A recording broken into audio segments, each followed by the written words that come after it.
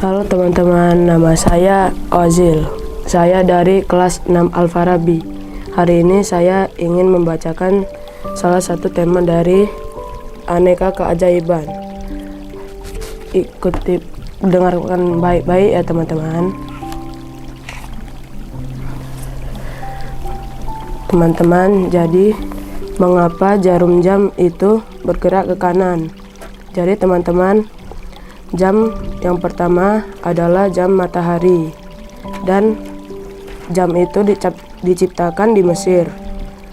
Bila matahari bersinar, posisi bayangan sebuah tugu batu yang disebut obelisk menunjukkan jam saat itu.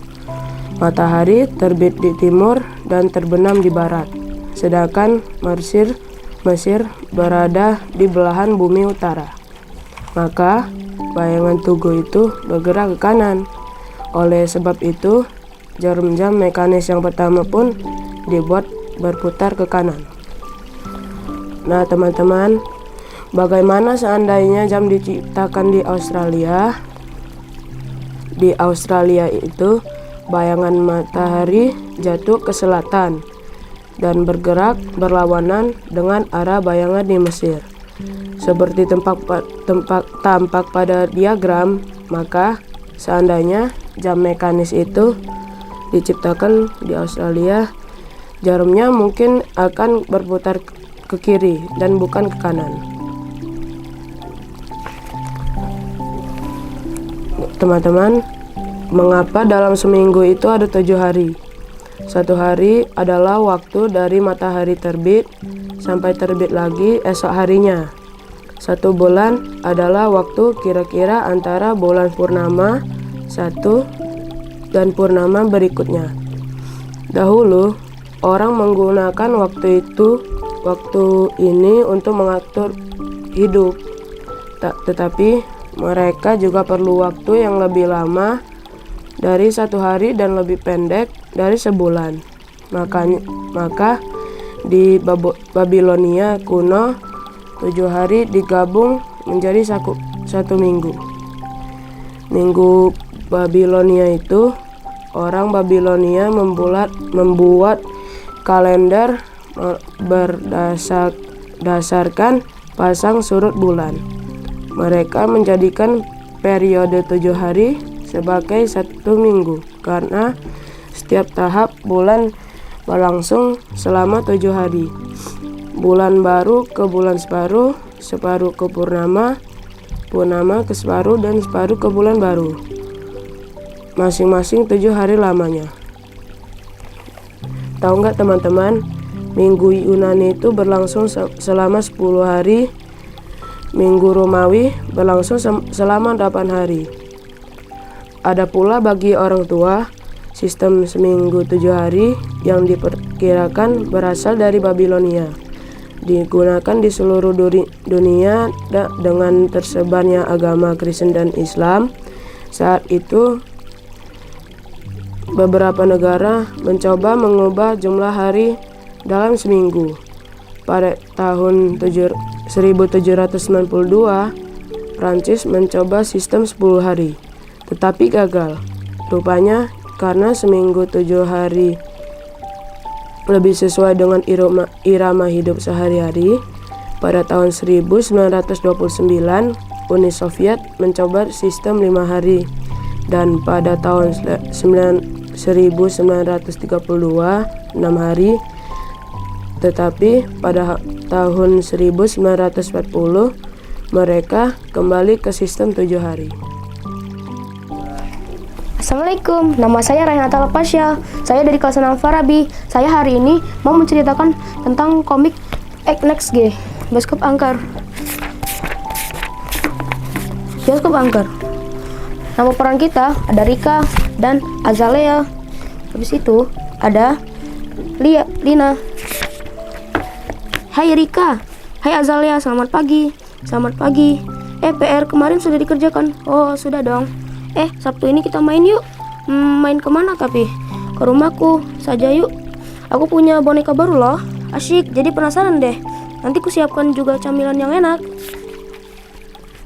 Wah, rumahmu kayak apa ya? Aku belum pernah ke rumahmu. Oh iya ya, nanti aku tuliskan alamatnya ya. Sabtu di depan rumah Rika. Wah, rumah Rika besar ya. Ting tong. Tunggu sebentar. Azalia, cepat sekali sampainya. Ayo cepat masuk. Iya. Tapi aku harus minta maaf nih sebelumnya. Hehe. Karena ini hari libur mendadak, sepupuku aku datang. Wah, ya. Balikin mobilku. Babu. Wus, brum. Pinjam sebentar. Ramai sekali ya. Kita main di kamarku saja yuk. Kak Rika, Kak, aku ingin jajan minuman dong. Wah, ayo sekalian kita belikan untuk yang lain juga ya. Iya. Maaf ya Zalia, jadi harus ikut juga. Nggak apa-apa kok. Aku memang lagi ingin jalan-jalan. Oh, ini bekas bioskop. Kata ayahku gedung ini sudah ada sebelum aku lahir. Konon bioskop ini angker loh.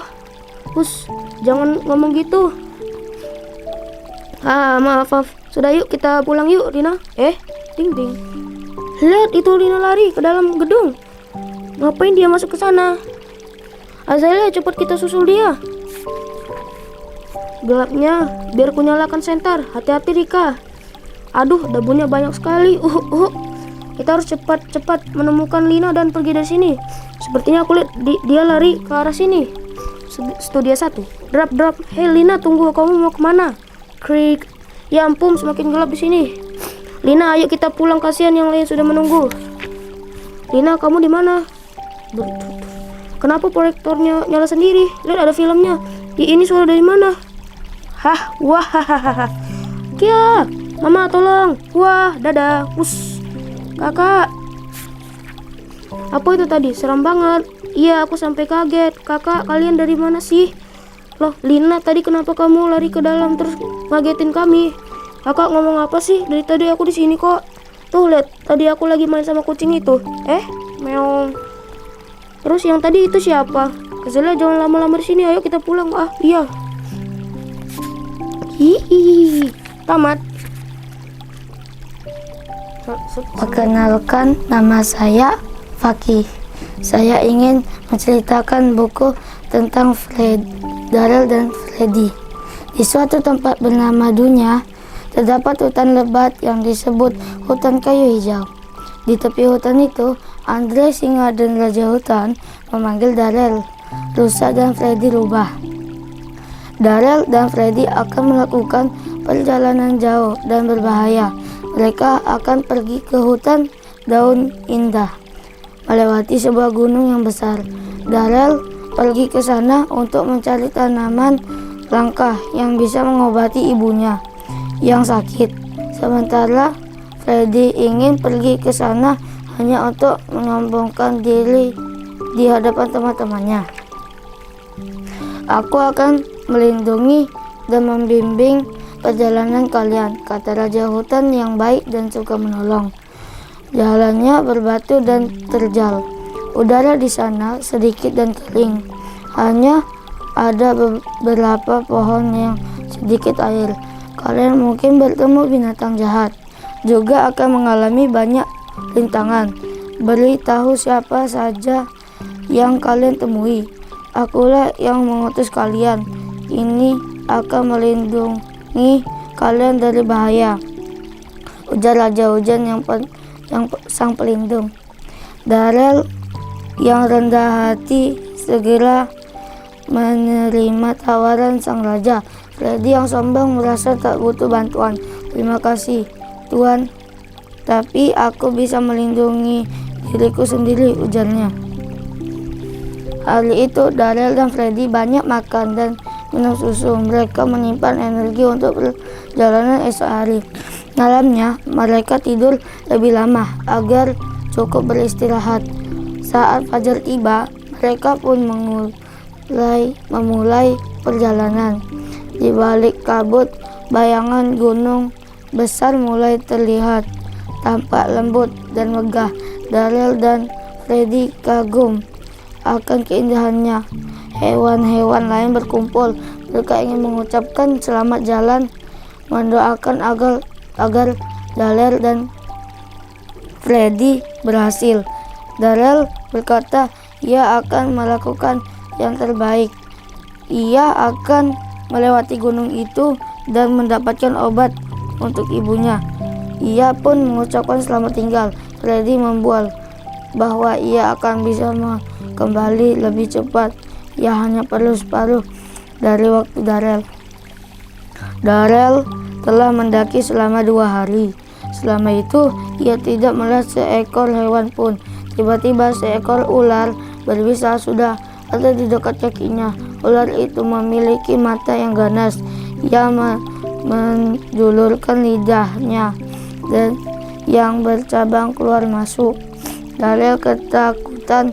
Ia menghentikan langkahnya dan berkata, "Pak Ular, aku mendaki atas perintah Raja Andre Singa.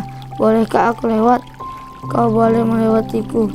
Aku tidak akan menggigitmu," desis ular. Darrell melanjutkan perjalanan tanpa luka. Perkenalkan, nama saya Yazid Adirajasa dari kelas 6 Al-Farabi. Hari ini saya mau membaca buku Si Pahit Lidah. Di suatu pagi, terdengar teriakan gembira dari sebuah kebun. "Hore, aku menemukan jamur emas," kata Arya Tebing, si pemilik kebun. Arya Tebing buru-buru memanen jamur emas itu dan menjualnya. Dia mendapat banyak uang dari penjualan itu. Sementara Serunting memandang Arya Tebing dengan iri. Kebun Arya Tebing bersebelahan dengan kebunnya. Ya, dulunya kebun itu satu. Mereka membagi 2 kebun itu karena Serunting menikahi Siti, kakak Arya Tebing. Siti dan Arya Tebing sepakat membagi 2 kebun itu. Untuk mereka olah sendiri-sendiri. Mereka tak mau berebut warisan orang tua. Namun ternyata kebun Serunting tandus. Tak pernah ada jamur emas yang tumbuh. Serunting jadi iri dan setengah mati. Dia lalu curiga jangan-jangan Arya Tebing melakukan kecurangan. Tak tahan, Serunting pun mendatangi Arya Tebing dan menuduhnya. Arya Tebing tak terima. Dia tak merasa melakukan kecurangan. Serunting tetap bersikeras bahwa Arya Tebing harus membayar kecurangannya.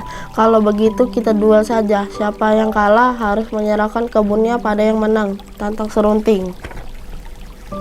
Arya Tebing menerima tantangan itu, tapi sebenarnya dia khawatir. Serunting punya ilmu bela diri yang hebat, sedangkan dia ilmu bela dirinya biasa saja. "Ah, kalau begitu aku tanya kakakku saja. Pasti Serunting punya rahasia kelemahan." Arya Tebing pun mendatangi Siti. "Apa kamu ingin aku mengkhianati suamiku?" "Tidak, aku tidak mau," tolak Siti. "Tenang kak, aku tidak akan mencelakai Serunting. Aku hanya ingin mengalahkannya. Aku juga tidak akan mengambil kebunmu kok," rayu Arya Tebing. "Lagi pula jika kakak tidak memberitahuku, Serunting pasti menang melawanku. Bahkan dia bisa membunuhku. Kakak tak mau aku terbunuh kan?"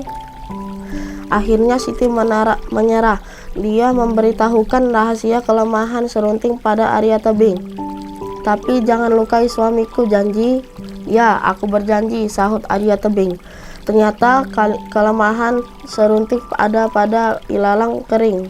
Tubuhnya akan lemas tak bertenaga jika disabet ilalang kering. Hari pertandingan pun tiba. Arya Tebing berhadapan dengan Serunting. "Ciat!" Serunting menyerang Arya Tebing. Namun Arya Tebing sudah siap. Dia menyabetkan ilalang kering pada kaki Serunting. "Ah!" Serunting terduduk lemas. Tenaganya hilang. Arya Tebing tertawa. "Kamu kalah. Aku sudah tahu kelemahanmu." Serunting amat marah pada istrinya. Dia merasa dikhianati. Karena marah sekaligus malu, Serunting pergi meninggalkan desanya. Serunting terus berjalan hingga ke Bukit Siguntang dekat Gunung Mahameru.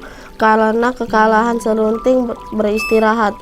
Tak terasa dia pun tertidur dalam tidurnya. Serunting bermimpi didatangi kakek tua. Kakek itu adalah penunggu Gunung Mahameru. "Aku akan mewariskan kesaktianku padamu. Bertapalah di bawah pohon bambu sampai seluruh tubuhmu tertutup daunnya," kata kakek itu. "Kesaktian apa yang akan aku dapatkan?" Tanya Serunting dalam mimpi. Setiap ucapanmu akan jadi kenyataan. Kamu mampu mengutuk apapun dan siapapun, janji kakek itu. Serunting terbangun dari tidurnya. Dia mencari pohon bambu dan segera bertapa di bawahnya. Tak ada ruginya aku mencoba.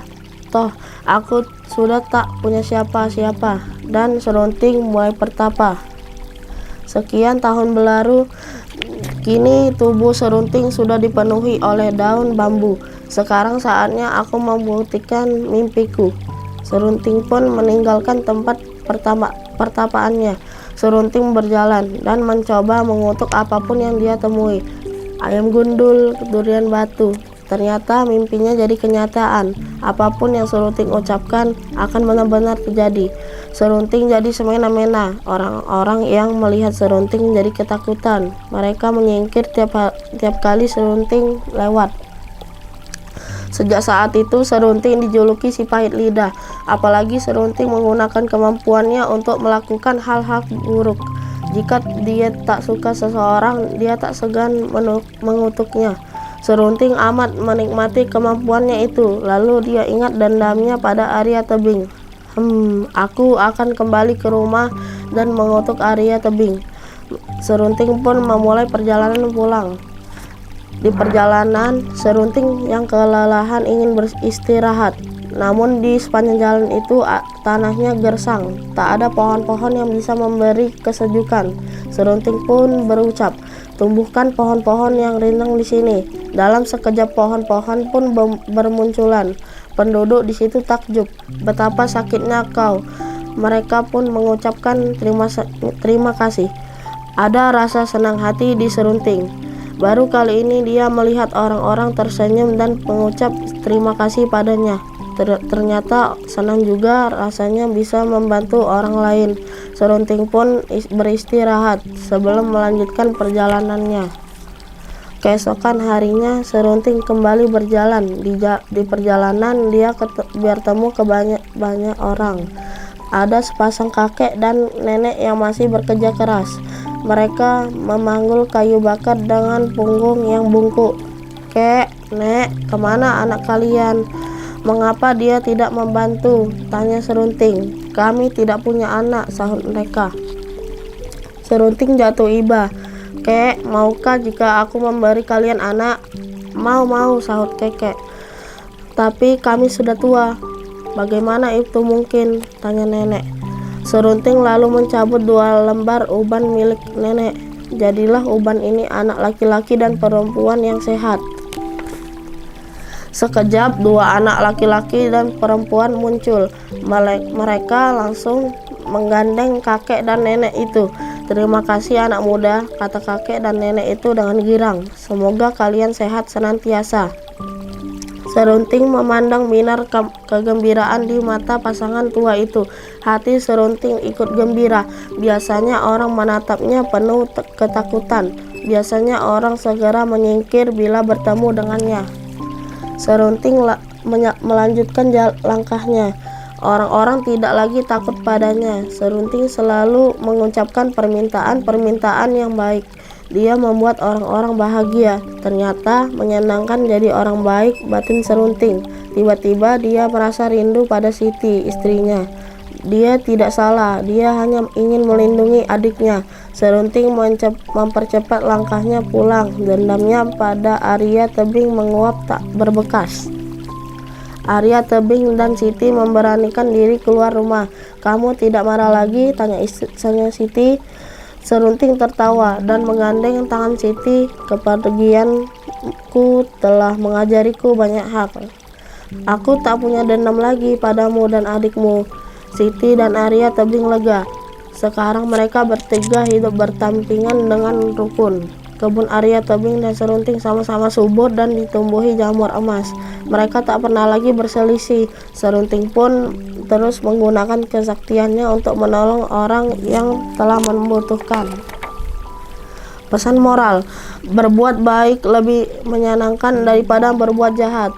Berbuat baik akan mendatangkan banyak teman baru, sedangkan berbuat jahat akan membuat teman-temanmu menyingkir.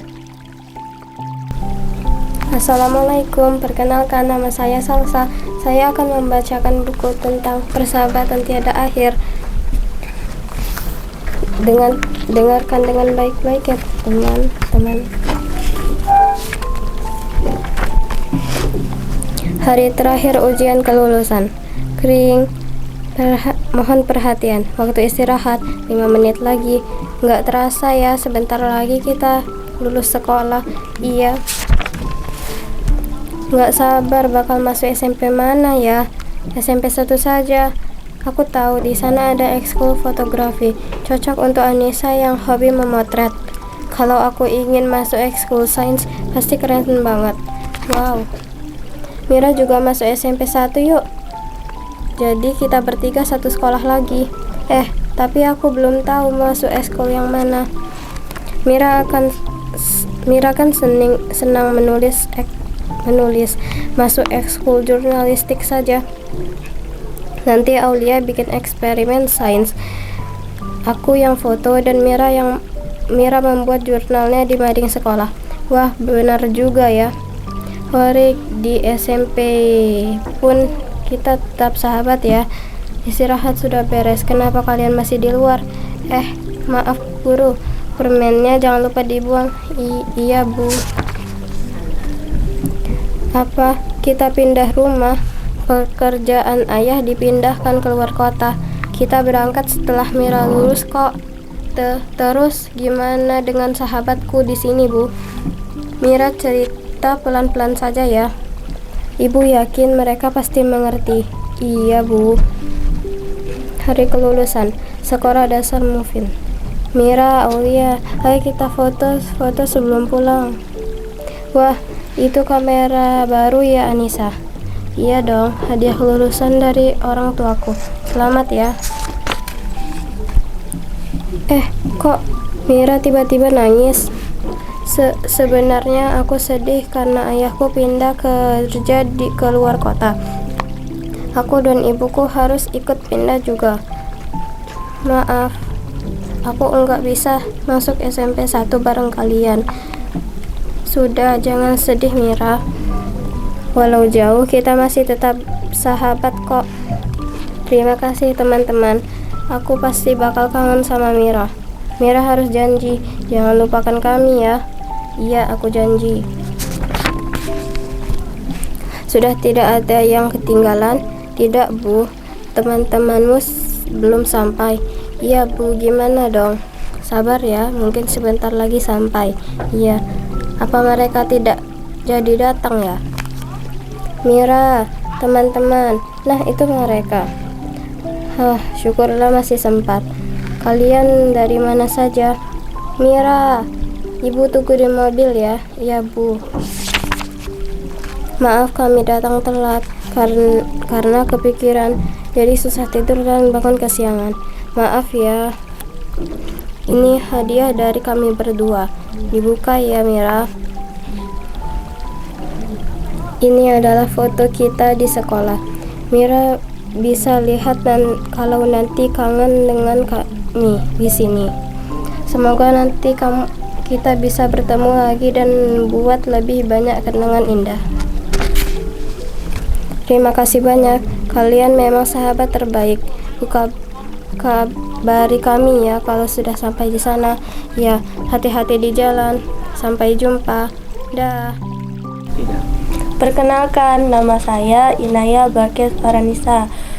Saya akan membaca buku Klub Pemasak Cilik. Halo Mimi, hai. Tumben kamu bawa sepeda Mi.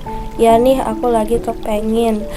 Selamat pagi teman-teman. Pagi Mi. Taskia, ada apa Mi? Dari nada suaramu sepertinya ada yang penting nih. Aku mau ngobrolin sesuatu, tapi sebelumnya aku mau pinjam absen kelas dulu nih. Absennya ada di meja guru tuh. Dari nama-nama ini siapa yang kira-kira suka memasak ya? Buat apa sih Mi?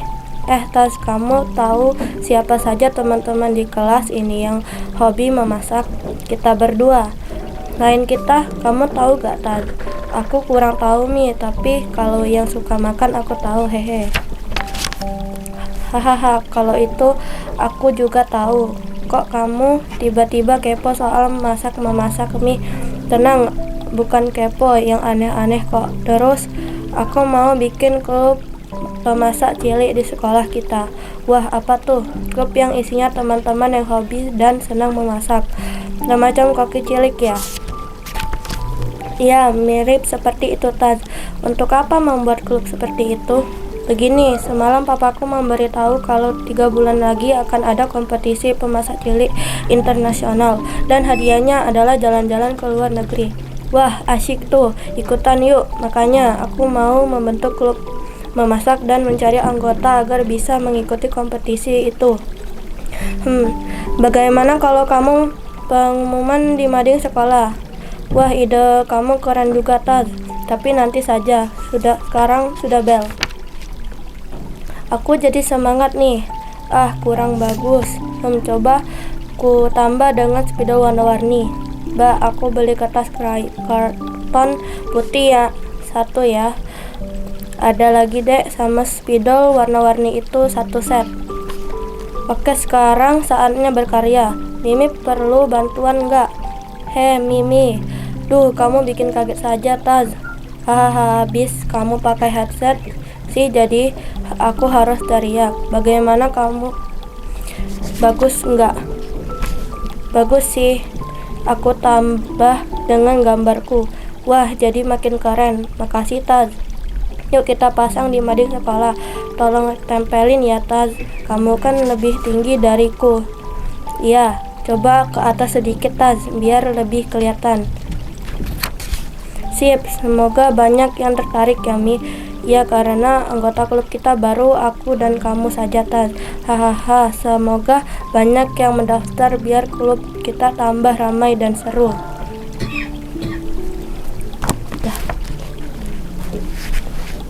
Perkenalkan, nama saya Kaisa dan hari ini saya akan membaca buku yang berjudul Jam 3 Malam.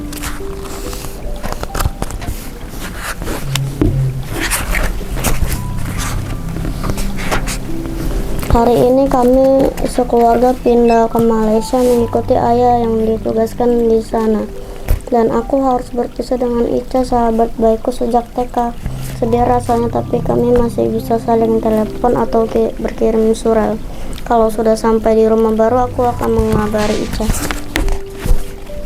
Nah, kita sampai di Malaysia, tapi sebelumnya ke rumah baru kita jalan-jalan dulu ya. Gedung Sempora di Bukit Bintang. Wah, banyak bangunan yang unik. Ayah, bunda, ayo kita foto yuk. Mau foto di mana? Di sana saja ya. Alhamdulillah kita sudah sampai. Laura, kamarmu di lantai atas. Baik ya. Aku senang bisa jalan-jalan keliling Kuala Lumpur, tapi capek juga. Oh ya, aku belum mengabari Ica kalau aku sudah sampai. Aku kirim surat saja. Ada jam beker. Sepertinya masih bagus loh. Jarumnya nggak bergerak, apa rusak ya? Coba aku tanyakan ayah deh. Ayah, Laura menemukan sesuatu. Wah, jam beker model lama, apa masih bisa dipakai ya? Serahkan saja pada ayah pasti bisa memperbaikinya. Sekarang kita makan dulu yuk, bunda sudah menunggu di ruang makan. Baik ya. Malamnya. Iya, aku bangun. Jam berapa ini? Masih jam 3 pagi. Kukira aku terlambat bangun, tapi kenapa bekernya berbunyi jam segini ya? Suara apa itu? Assalamualaikum, Laura pulang. Waalaikumsalam sayang, kenapa wajahmu lesu begitu? Cuman capek bunda. Oh ya, bekernya sudah diperbaiki oleh ayah. Alhamdulillah, terima kasih bunda. Laura ke kamar dulu ya. Iya. Oh benar, bekernya sudah kembali malam harinya. Kenapa bekernya masih berbunyi? Ayah, bunda.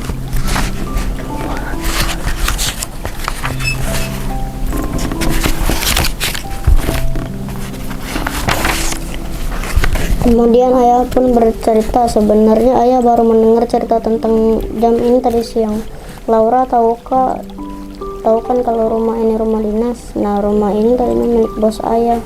Kalau jam ini juga milik beliau, yang alarmnya sudah di-set setiap jam 3 malam. Sebab kucingnya selalu pulang pada jam yang sama, karena itulah jamnya selalu berbunyi pada jam tersebut. Sekarang kucingnya sudah nggak ada, tapi alarmnya masih dinyalakan sebagai kenangan akan kucing tersebut. Namun kalau Laura merasa terganggu, ayah akan kembalikan jamnya pada bos ayah. Kalau begitu tidak apa-apa ayah, kucingnya pasti lebih senang kalau jamnya tetap di rumah ini. Apa kamu yakin? Tentu saja. Kalau begitu kamu tidur kembali ya, baik ya. Tamat. Jadi pesan moralnya adalah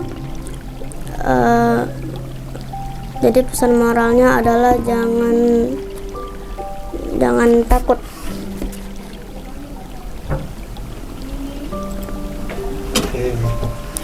Perkenalkan, nama saya Farah dari kelas 6 Al-Farabi akan membacakan buku Pintu Surga yang berjudul Jangan Memfitnah. Alarm HP telah berbunyi. Ini menunjukkan bahwa waktu telah pukul 4 jam 45 menit. Bangun, semua hari sudah subuh. Keisha, Kanzo, Mimi, bangun semuanya, teriak Pipi, dan setelah semua bangun langsung menuju kamar mandi untuk mengambil wudhu dan melaksanakan sholat subuh berjamaah bersama Pipi. Sholat subuh selesai, Keisha dan Kanza bersiap untuk berangkat ke sekolah Al-Furqan. Ayo Keisha, Kanza, semuanya mandi, ucap Mimi. Sebelum berangkat sekolah, Keisha dan Kenzo selalu sarapan terlebih dahulu di rumah saat pukul 6 jam 30 menit. Barulah berangkat ke sekolah diantar oleh Pipi. Perjalanan ke sekolah membutuhkan waktu 20 menit dengan menggunakan mobil. Setelah mobil tiba di sekolah, Keisha dan Kenza turun untuk berjalan kaki memasuki sekolah. Bye-bye. Assalamualaikum, ucap Keisha dan Kenza untuk berpamitan kepada Pipi sekaligus salam dan ciuman tangan. Saat berjalan untuk memasuki sekolah, Keisha dan Kenza melihat seorang siswa membuang kulit pisang sembarangan agar jauh di depan. Tak lama setelah itu, tampak sengaja siswa lain saat berjalan menginjak kulit pisang tersebut dan langsung terjatuh. Aduh, sakit, teriaknya. Hal ini menyebabkan Ustadz dan Bunda yang lagi berjaga langsung mendekati. Astagfirullah, kenapa kata Bunda saya jatuh Bunda? Karena ada kulit pisang, ucap siswa yang jatuh. Siapa yang membuat kulit pisang sembarangan? Teriak Ustadz kepada siswa yang sedang berjalan saat kejadian terjadi. Siswa yang menjadi tidak tahu hal ini membuat Ustadz dan Bunda bertanya-tanya dalam hati. Siapa gerangan siswa yang telah membuang sampah sembarangan? Assalamualaikum Ustadz. Assalamualaikum Bunda, ucap Keisha dan Kenza. Maaf Bunda, saya melihat yang membuang kulit pisang itu adalah Sri, ujar Kenza. Bunda, Kenza lihat langsung. Iya Bunda, kakak Keisha juga lihat. Sri yang satu kelas dengan Kenza. Iya Bunda, terima kasih infonya Kenza. Akhirnya siswa yang terjatuh dibawa ke UKS. Keisha dan Kenza juga melanjutkan perjalanan menuju ke kelas masing-masing. Tanpa diduga, sesampai di kelas, Kenza sangat terkejut karena difitnah dan disoroki sebagai pembuang sampah sembarangan oleh sebagian teman-teman. Jangan fitnah ya, saya lihat siapa yang membuangnya, ucap Kenza. Tak lama kemudian Bunda masuk ke kelas. Anak-anak, ada apa ini? Bunda sebenarnya sudah dengar masalah satu di luar kelas tadi. Kita tidak boleh memfitnah orang lain. Lebih baik kita berkata jujur, kata Bunda kepada murid-muridnya. Kenza tidak terima difitnah dan meminta Bunda untuk mencari siapa yang telah menyampaikan info yang tidak benar. Akhirnya Bunda menyampaikan kepada murid-murid siapa yang telah menyampaikan informasi tersebut. Sri teriak semua murid di kelas untuk mencari kebenaran. Bunda langsung menanyakan kepada Sri, Setelah berbicara berdua dengan Sri, Bunda meminta kejujuran kepada Sri terkait yang membuang kulit pisang sembarangan karena ada yang melihat bahwa Sri lah yang membuang kulit pisang tersebut. Akhirnya Sri pun mengaku bahwa dia sendiri yang telah membuang kulit pisang tersebut. Tetapi karena ada kejadian akibat kulit pisang tersebut, Sri agak ketakutan karena tidak membayangkan akibat perbuatan mengakibatkan ada yang terluka, sehingga berusaha memfitnah Kanza yang berbuat. Akhirnya Bunda menjelaskan bahwa fitnah adalah termasuk hal yang sangat dilarang oleh Allah SWT. Setelah menyadari perbuatannya, Sri meminta maaf kepada Kanza. Maaf Kanza, ucap Sri. Yang Sri sama-sama maaf juga ya, balas Kanza. Akhirnya semua pun tersenyum dan pelajaran di sekolah dilanjutkan seperti biasa. Selesai.